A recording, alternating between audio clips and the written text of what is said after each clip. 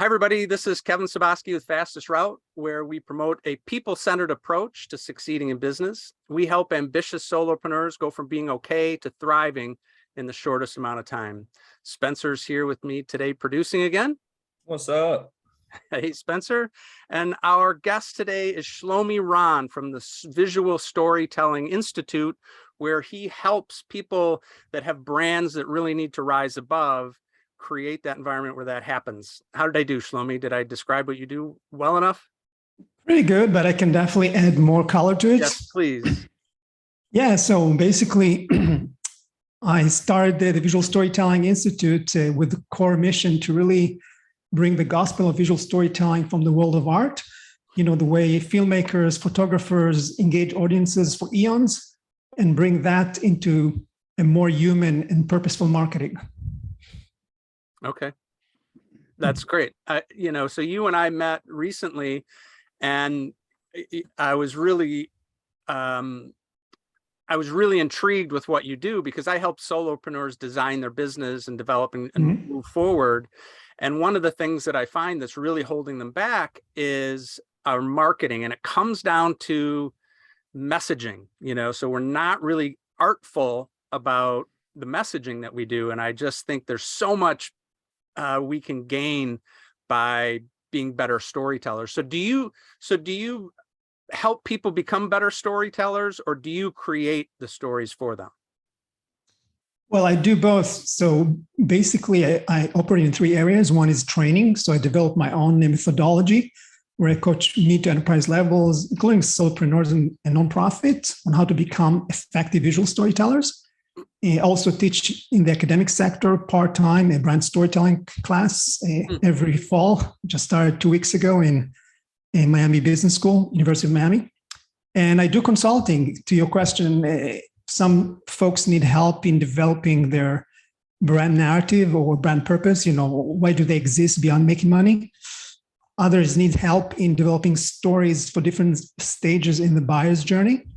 And others need some tangible visual story production experience, like a presentation or a video story.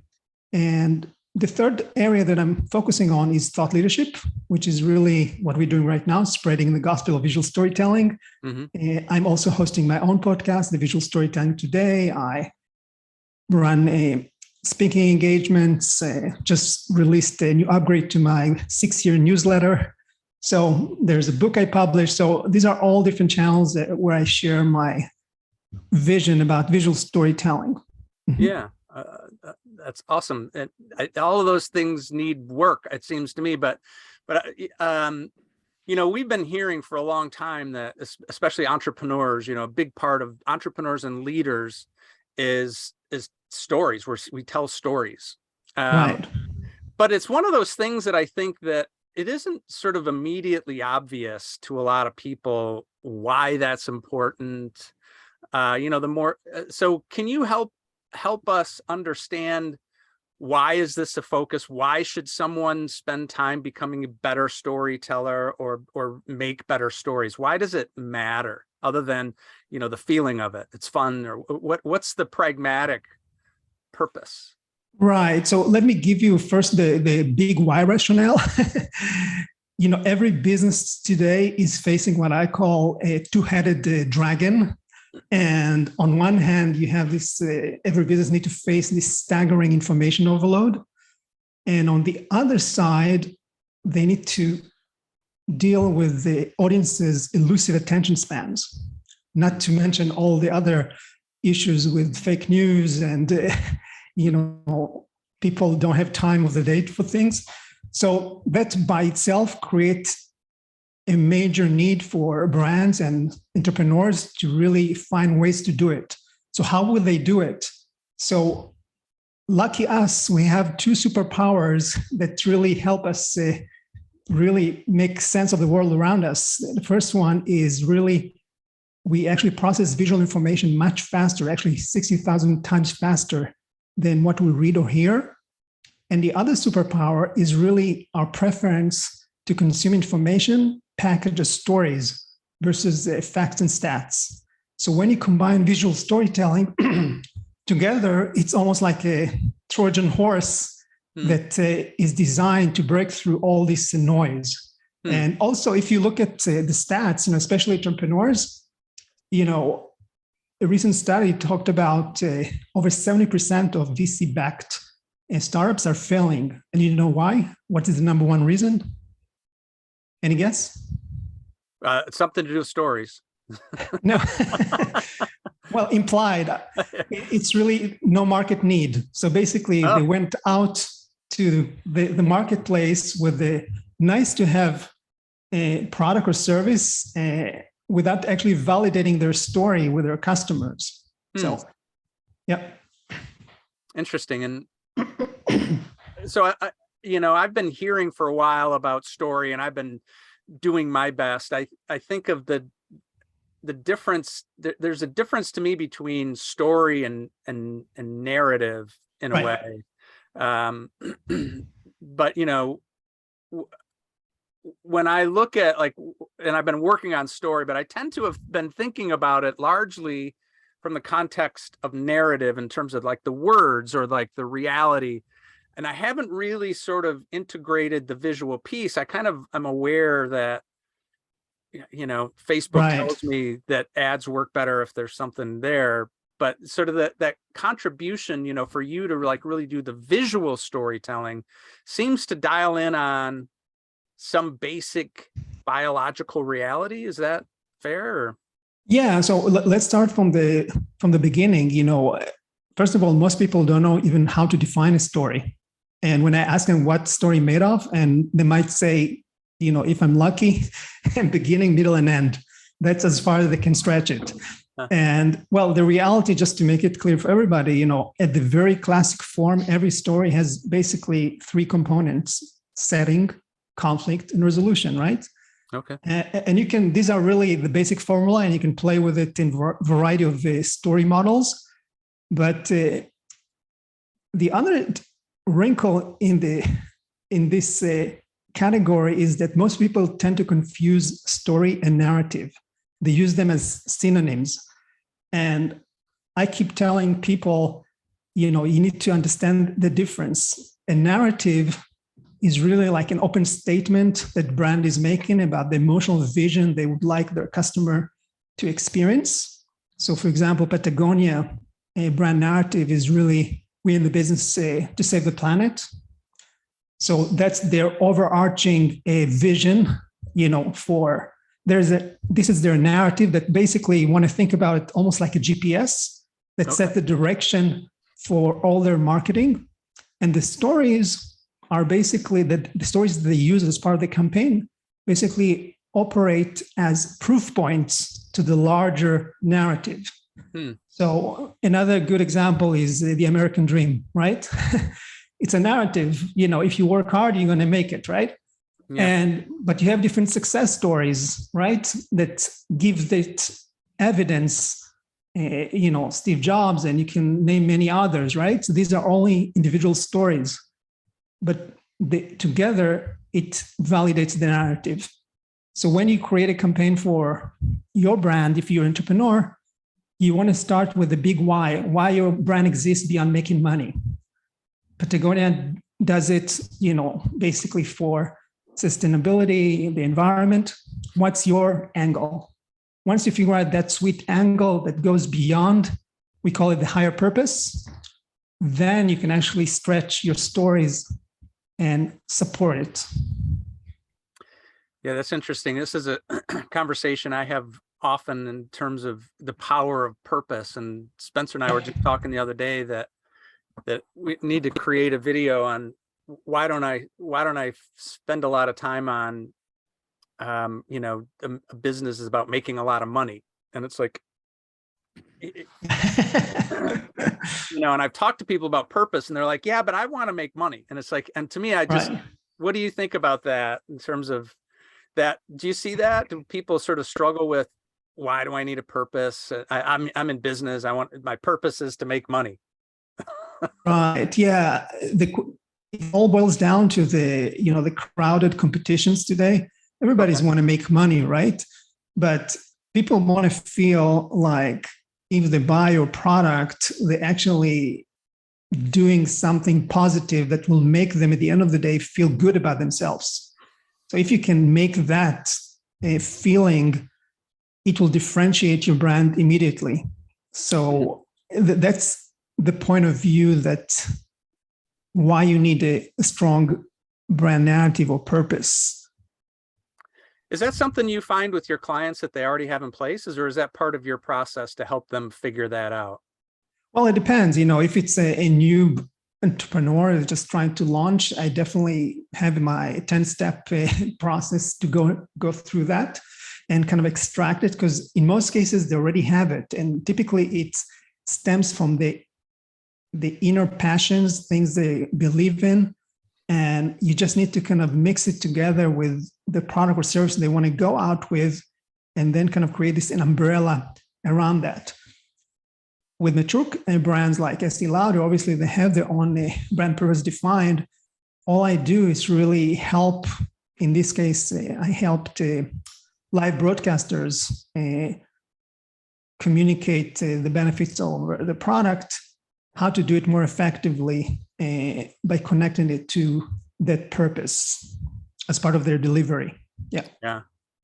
Yeah. So I do find that a lot of times solopreneurs, my clients, they struggle with really clarifying their purpose. And I have a fly flying around me.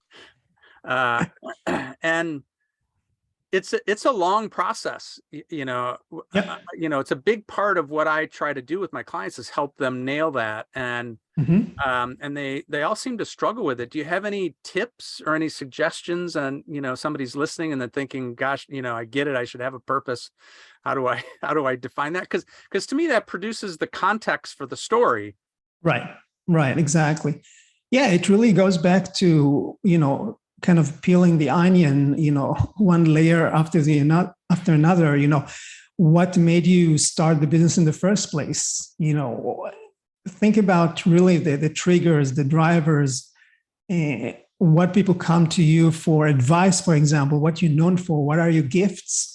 These are a little bit of clues that might give you a sense of what is your kind of unique perspective, what you're passionate about, what type of movies you think are really representing what you really enjoy watching. There's also a funny drill you could do. It's called the 5 whys. You're familiar with that, right? So you can actually do that as well. Describe it though for everybody that's listening. They may not be familiar with it. Yeah, you basically ask a question about why do you go to business doing X or Y, Z? And like a little kid, you keep asking, but why? And then you need to answer the question 5 times. At the bottom, that should be the crux of your, hopefully, direction to your brand purpose. And that's how actually I came up with mine, which is it's really all about, helping brands create stories that mirror their customers' lives in those stories. And once they can see themselves mirrored in those stories, they're much more willing to respond, because at that point, once you relate this to a story, the brand story becomes the customer story. And that's where the magic happens. Think about anything that you liked, any movie you liked, any book, anything that really captured your attention, that you really said to yourself, wow, this is amazing. Most likely it maps nicely into elements in your personal story, and you could see yourself in there. And that's what really made it your story in a sense, and made you choose it over others. Yeah, it's interesting to me that, the degree to which, the feeling of it, so when you hear someone, I just picture it a lot of times, somebody saying, hey, I've got this business and I'm selling a product and I need money. So can you, buy this because I need money, and I hear a lot of people, that's kind of what their pitches are or something. But those people that are like really talking about how they want to change the world. Now, I mean, to me, there's this sort of connection between, figuring out what it is from an authentic perspective, right? So Yeah. you can't make stuff up, I think, Right. right? Yeah, because to some degree, I see people doing this in a very cynical way, which is, I want to make money. Purpose sells. What purpose sells the most? That's my purpose. Does that work? Well, no, it's not like a supermarket that you're looking for the sales aisle and just grab, at that. It's got to, it's actually the way you want to think about it. It is really, you want to identify the sweet spot that basically combines what you want as a brand and what your customer wants. So it's a tango. It's not just about you. Yeah. Right. So, and most people are missing that. They're focusing mostly on what they want. And that's what happened when I mentioned earlier that, no market need, because, they completely didn't spend the time to validate if the customer is actually interested in that widget. So, yeah. Yeah. So there's the different steps, it seems to me, which is like, what do I want authentically? What do I want? What's the impact I want to make in the world? And then who do I care about that I'm going to serve? And so then how do I speak to their listening? So there's like, okay, so I can't just say what I want. I want to go in a certain direction. This works for me. I like to say it like this, but if it doesn't resonate for anyone, it doesn't go anywhere. So it is that tango. How do you, it's a fascinating process to me. And I'm wondering if it takes me longer to do it than maybe it does you, which is to figure out what are the ways to deliver the story that resonates. How do you, you can tell a story that fits you, but nobody cares. And so how do you get the message more resonant and more resonant and more resonant? Right. Research.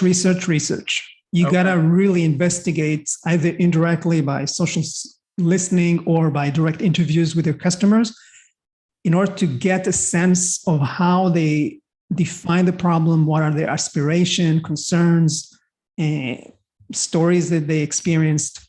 Once you accomplished all this intelligence, then you go to the planning stage where you can start thinking about different story types you can tell at different stages of the buyer's journey. Because as you know, the buyer's journey, although it could be, Kevin, you just bought this new Mercedes, but before that, you were a complete stranger when you just viewed it, at the dealership.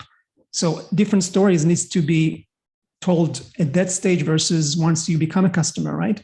So the stories are constantly changing and morphing depending on where you are on the journey. And, once you have this intelligence about what the customer really cares about, how they describe the problem, one key lesson most people forget is to really use the same language your customer is using to describe the problem. And that goes back to my earlier comment about once you hear a story that talks your language, it becomes your customer's story because they can see themselves. We, as human beings, with all the talk about the metaverse, VR and AR, you'll be surprised. We have built-in VR equipment. It's called our brain. So we can actually picture ourselves doing stuff even before we've started doing it. Think about your first house hunting when you found your dream house. Didn't you say to yourself, oh, wow, I could definitely picture myself living here, entertaining. This is a point in the future that never happened yet. But we have this capability to visualize things and picture ourselves in future outcomes.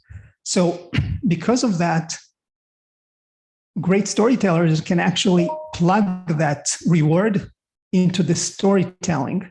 So they basically take audience on a journey where they can allow them to vicariously experience the outcome of or the benefits of using the solution or the product. And this way give them more, propensity to respond because they're actually describing a problem the customer is actually experiencing using their language and describing how the end goal would look like. Yeah. So I'm just, as you're talking, I'm thinking that, I feel like what we're talking about is like, how do you make a good story? You know what I mean? So there's like, there's like these fundamental components of a story. Sure. But what you're talking about is you want to have good stories. Yeah. What's the criteria, and is there, do you have a model or a way to think about, what's the criteria, what makes a good story, or how does it get produced? At the very basic level, a good story is a story that maps largely to my personal experience, that I can relate to it, and that's the importance of baking the right meaningful details in the stories that you tell, because details work like triggers. As long as I'm going to put that, issue about that widget you're trying to sell that happened to a customer in kind of 90% of all my interviews, it's going to resonate with the bulk of my audience, right? So knowing how to bake the right details in your stories, it's important. Beyond that, obviously, as I said, there's a variety of different story types you can tell at each stage of the buyer's journey. Each story has its own, purpose. And when you add the visual layer, obviously, you can really go wild here, from simple photos to videos to AR and VR. Can you say a little bit more? You said there's different types of stories. Can you say what some of those are, or is there? Sure. Yeah. Like if you dealing with strangers, which is the case at the awareness stage, either on social media, basically people are really, all they care about is, what is your brand and why should I care? This is really what they're asking. Yeah. What do you do and why should I care? So you need to answer this question with stories that's really going to capture attention, outside the cacophony of other competing stories, and make them want to visit your website and closer to, the transaction engine that you have. So stories in this case, could be, something that like maybe a problem that most customers in your research have faced.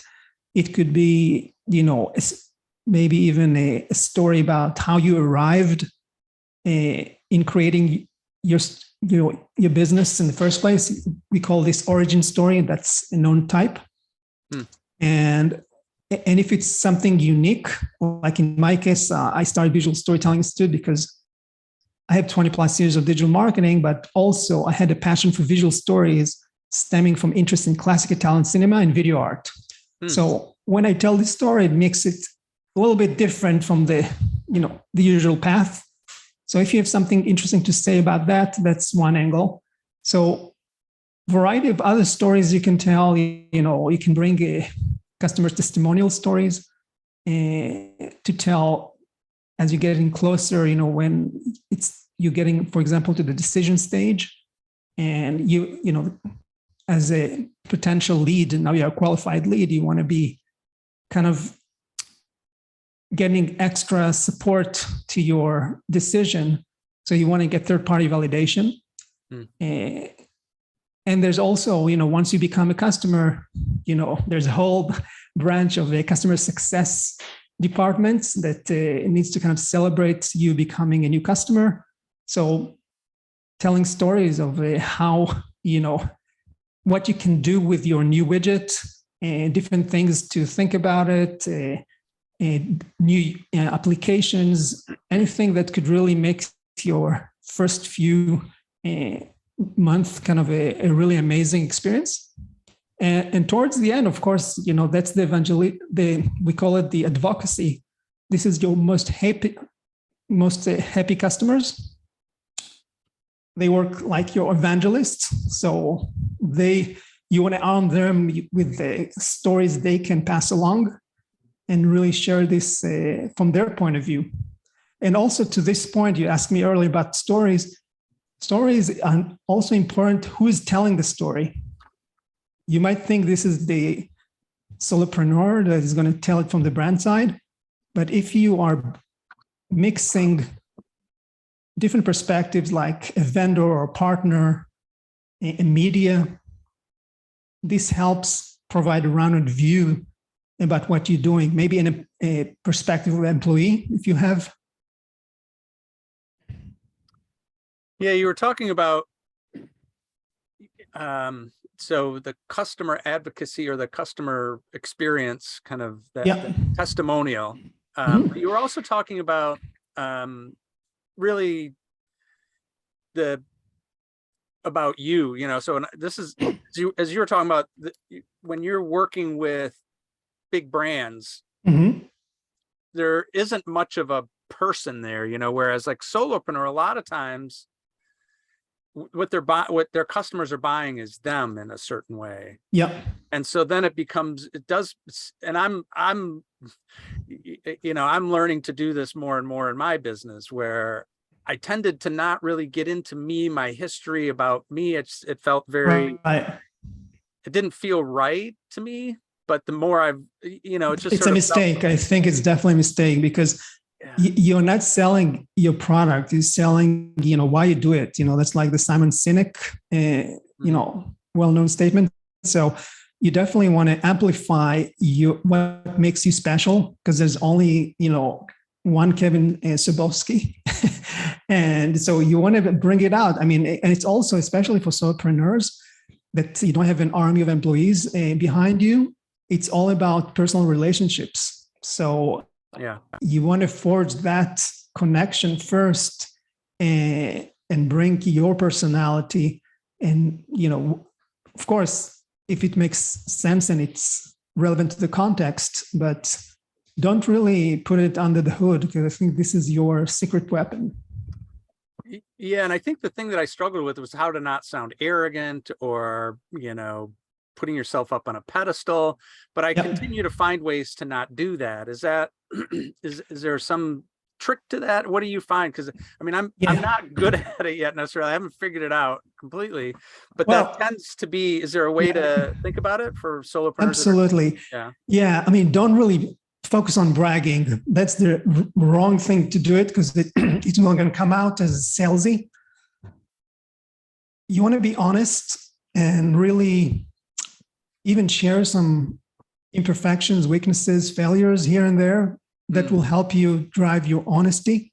And people say, hey, this is a real person in front of me here. I can really believe what he's saying. So don't try to make it too kind of rosy and positive, in a sense that you want them to focus only on the sale, but try to humanize your story by sharing also, the downsides, things that didn't work out, what you learned from it. Failure is not a bad word. Definitely don't be shy using it here and there. Yeah, thanks for that. There's really dialing in on that authenticity, I think. From how I've encountered it, is like, so what's being real about it, not painting some pretty picture about it that's like compelling, look how awesome. It's like, no, man, I struggled, I did this. It's like exactly.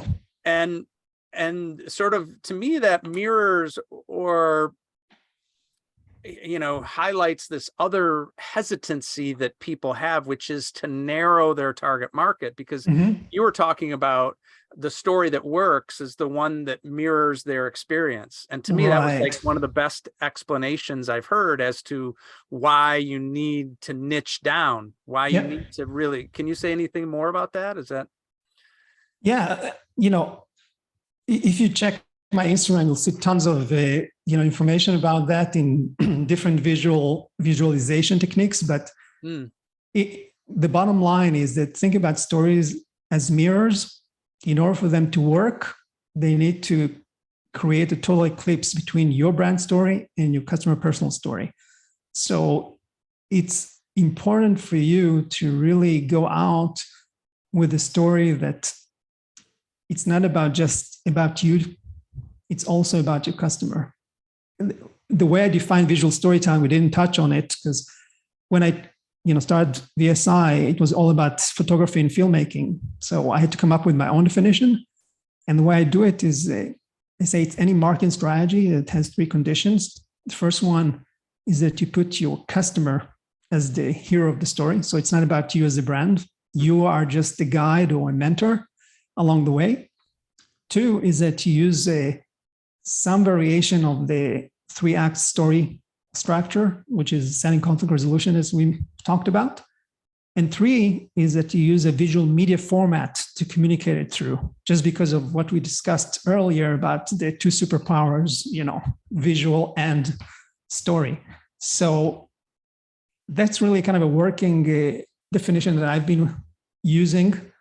And it really encapsulates, in my mind, why every business should be much more aware of how they tell visual stories to progress their business.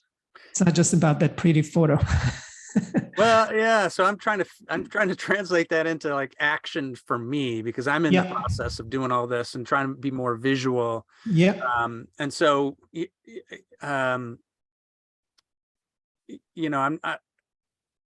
I feel like there's probably some much more rigorous way that you have to think about visual. Cause like, I'll do a Facebook ad and it's like, okay, I need creative. And so how do I do that? And is that it? Or is the logo, or is there like a standard set of things? Or are you saying that whenever you're communicating with anyone, including visuals in the way that you're telling the story is important? Is that what you're saying? Or yeah, well, it's really, obviously, if you're working with outside vendors to help you out, it's great, but there's a lot of things you could do on your own, kind of develop your own visual language and really come up with the ideas. And I typically tend to get my ideas from just routine stuff that happens to me along, during the week. And I turn that into, for example, in this weekend, when I released my visual storytelling newsletter, I'm just going to talk about, one of my first visit to a favorite coffee shop where the design of the rooftop was very unique and was one of my key inspirations for creating this visual language around buildings around Miami, because I'm based in Miami. And I've started using that building as backdrop to a lot of my collaterals. So this is a simple example of a story that I really share. People like, relatable stories that comes from real people, like them. So I'm using this all the time. Just think about interesting stuff that happens to you every day. And what are the implications for your business? What are the bridges that connect to maybe business value that your clients could benefit from?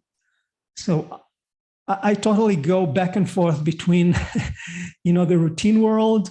It could be also from a, interesting article I read that made me think in a different way.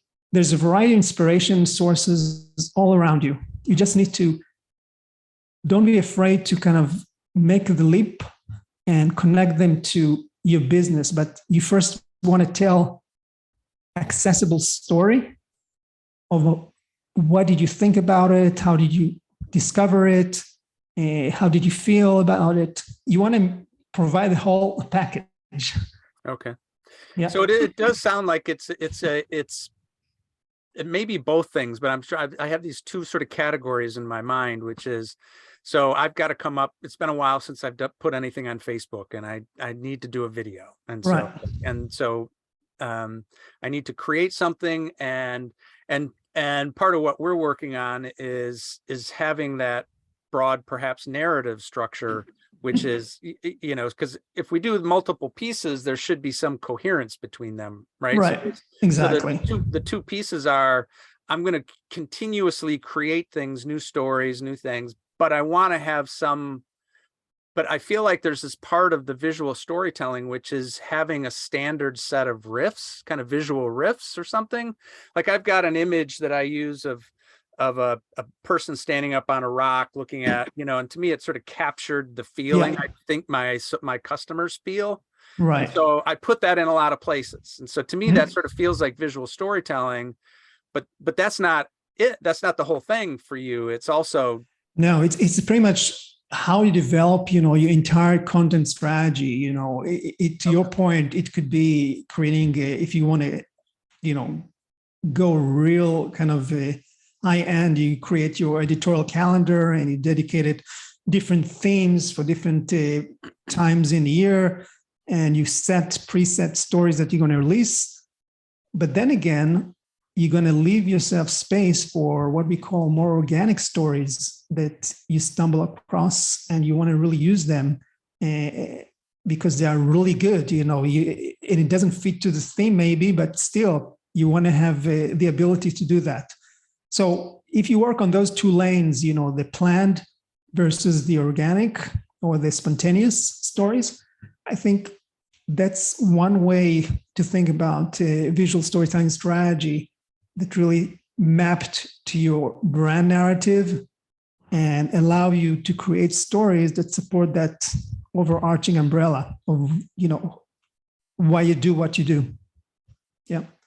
So I keep thinking of a brand, and so you say brand, and it's one of those words that has, I think, so many different meanings for people. Yeah. And Yeah. I mean, for a long time, brand was like your logo or something. Yeah. Oh, yeah. And I think a lot of people still hold that as like what brand means. Mm-hmm. What is brand for you? What does that mean? And part of what I'm thinking of is, you've got these two kinds of clients. You've got these big companies, Estee Lauder, but then Right. solopreneurs, and sort of they experience them a little differently, obviously. And so I'm just curious, what. Yeah. So a brand, a lot of definitions, equated to a real person. So you want to treat it as somebody someone friendly. Again, based on the brand voice guidelines that you set, right? If your brand is conversational or is it serious or it's formal, it depends on the category, of course. But if you treat it, for example, VSI, I tend to really envision in my mind that it's a trusted friend that basically you can chat with them and kind of ask questions related to what you're trying to accomplish. And in fact, if in my newsletter, I basically always use a first person language.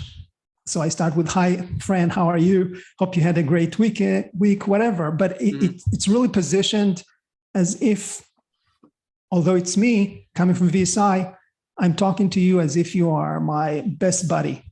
And that's really my approach. So again, every brand is different, but you need to realize a very simple truth that the customer has its own customer narrative.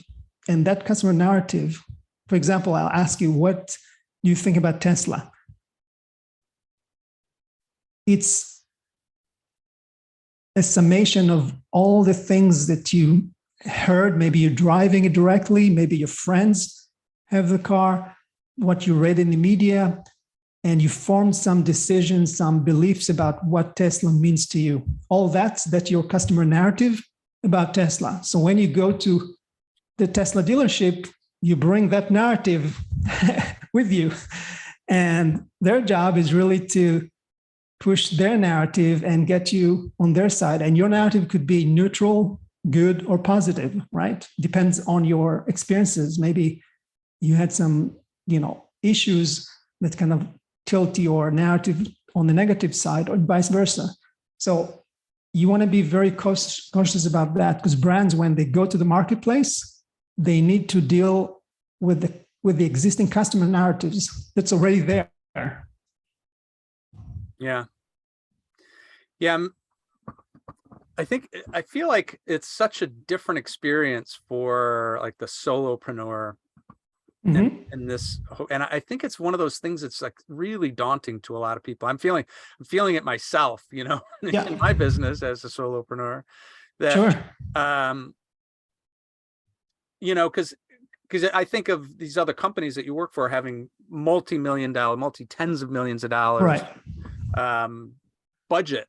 And so to do the kind of work, because I think that there's a couple of pieces that's daunting. First, I think is just sort of inventing that brand in the depth, because I think a Right. lot of solopreneurs are hesitant to do that. They don't, because I think that a lot of times the brand, sort of that person that they create in their business is, my business is here to do whatever the person in front of me wants.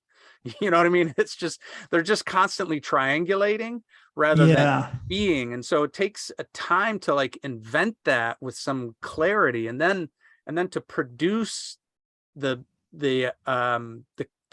communication is also expensive. Is there in your work with those smaller companies, have you found a way to simplify that for them? Yeah. I mean, one of the things that obviously in today's technology, the tools are accessible to everybody, from Canva to other online tools, that you can really create amazing visual content fairly easily. So, that's not an obstacle today.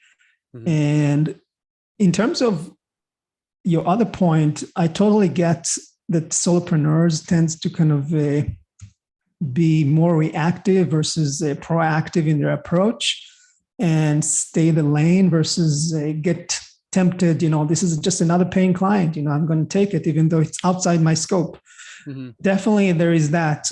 But if you want to really shine outside your competition, you definitely want to find a unique angle nobody's else occupying to this extent, and really hitting it hard, constantly, persistently, and have really a long breathing room to do it for the long run. Because sometimes the longer you at it, people will start to see, oh, okay, this is the guy for doing X. And it takes patience. And some solopreneurs don't have the patience. They're looking, especially in our climate of, easy fixes. It doesn't work like that. You need to really be committed, persistent to your unique angle, and hit it hard like a drum for the long run. Yeah. Yeah. Yeah, it does, because it seems like it's so I think a couple of things happen. People keep hearing you over and over again, but I and I say this from experience from my own business, is you continuously refine the narratives and the stories, That's fine. That's fine. That's and that's totally important. It's normal. required, right? I mean, you can't get away from that.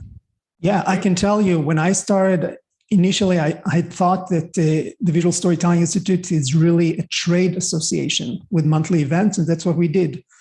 And over time, I realized it's not really what I'm really interested in and what I want to focus on. And I changed the definition to more kind of a think tank consulting practice, where we do training, consulting, thought leadership, those three things, and that's all. And it's definitely important to kind of keep sharpening the saw as you move along. And another thing that will help you is people will come to you for help. And the type of request they're going to ask you the most, going to clue you into what stories your customers are telling themselves about you, which is really important, because that's a good indication of how your brand is perceived in the marketplace. Yeah, that's great. So we've only got a few more minutes here, and I want to talk a little bit about as I started hearing this, you got to be a good storyteller like 20 years ago as a leader. Sure. Leaders tell stories. And I didn't have the perception of myself at the time as being a good storyteller. I think I've changed that a little bit, but I think I do wonder, so some people are better at it than others. Is that something?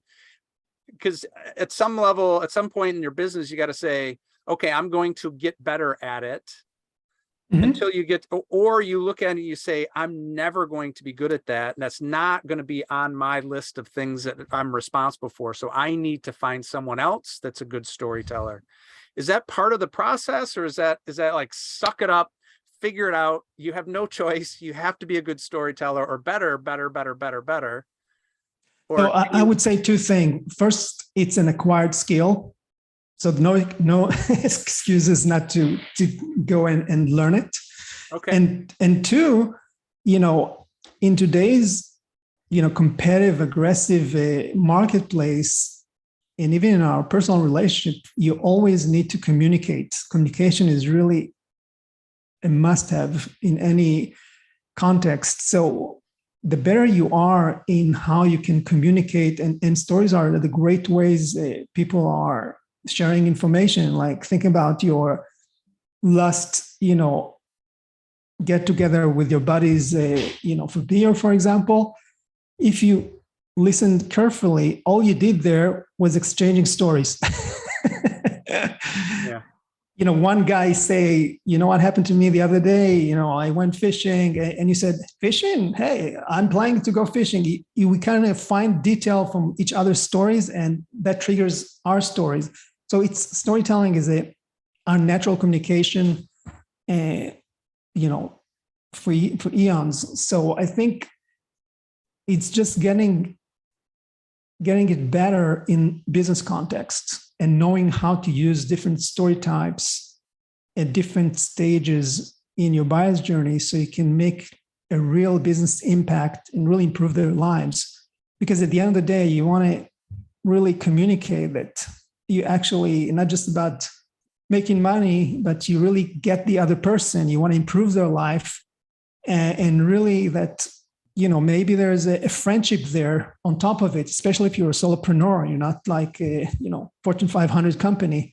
It's all about the relationships, and most solopreneurs get their business from word of mouth referrals. Mm-hmm. So that's important. In order to kind of cement that, it's based on relationship, and that the other side feel good about themselves after interacting with you. Yeah. It's one of those things. I agree with you in terms of, it's becoming more and more essential skill. If there's more, if there's more noise in the marketplace and yep. things are changing more rapidly, right. It seems to be, it's like, get over it. It's something you gotta get exactly. good at. Exactly. Yeah. And look what's going on now with all the talk about Web3 and the metaverse and deep fake. Soon, with AI, all this ability to create things that looks like the real thing, but they're not, going to become super problematic. So people will look for more authentic stories that represent real people with real problems, people like them. So the more you bring out this authenticity, the more you can connect with people. Yeah. So I love what you're doing. I think, and I appreciate it. I've been appreciating your newsletters, and there's a lot of work to be done here. Is there anything else? So we've been kind of a wide ranging conversation within this small domain. Is there anything that I missed that's important for this conversation that you can think of that we need to make sure we get before we conclude? No, I think we covered all the bases. I would say, if you are looking to kind of up your visual storytelling game, definitely make an effort to first learn it and take some training programs. Not to kind of, flag my horn here, but definitely check the visualstorytell.com website to see what makes sense to you. And also pay attention to details around you that it could be innocent, but they might have some implication to your business. So you can turn this into a story. And we talked about the importance of research. Definitely research your audience to make sure you are increasing the ability for your customers to see themselves in your story, because using their language, you describing their problems, and really continue experimenting, because visual storytelling tools are constantly changing. In the past year, I've been doing events and focusing, if you're following my newsletter, a lot about the NFT world that right now it's entering a winter, but and the metaverse, all these are new stages that's going to allow brands and solopreneurs to tell immersive stories. So continuing experimenting, if it makes sense to your business, and expanding the umbrella of channels you can actually engage your audience and really make sure you build and grow your audience. And don't rely just on social media. Social media can be here today, gone tomorrow. Always make sure you own your, mailing list, people that follow you, that you can have direct contact with no intermediaries. Nice. Yeah. Yep. So we talked about a bunch of ways that you can be of help, but if somebody's listening and they think, gosh, I want some help from Shlomi, what would be the best, kind of summarize some of the ways that they can get help from you? And if they wanted to maybe talk to you about your services, how would they connect with you? All of those things. How should people reach out? Yeah, my website is visualstorytell.com. And my email is shlomi@visualstorytell.com, shlomi@visualstorytell.com. And feel free to reach out. I'm also on LinkedIn if you want to connect. And let me know if you have any interest in our visual storytelling workshops, one-on-ones, any challenging in consulting. I also do advisory. I've been doing both major brands, but also nonprofit and startups. Mm-hmm. And I'll be more than happy. And I would also recommend, if you want to sign up to my visual storytelling newsletter, that's just it's a 6-year newsletter, if you can believe this, that I just migrated to Substack. And so there's a lot of great stuff there that I share every Sunday. So it's a weekly newsletter. Okay. And yeah, just go for it. Awesome. Well, I appreciate you being here today. It's a great story. This is not going away, and I appreciate your contribution in that. And so thank you for taking the time. Thanks everyone for watching and listening, and go tell some great stories. Thank you, Kevin. Thank you.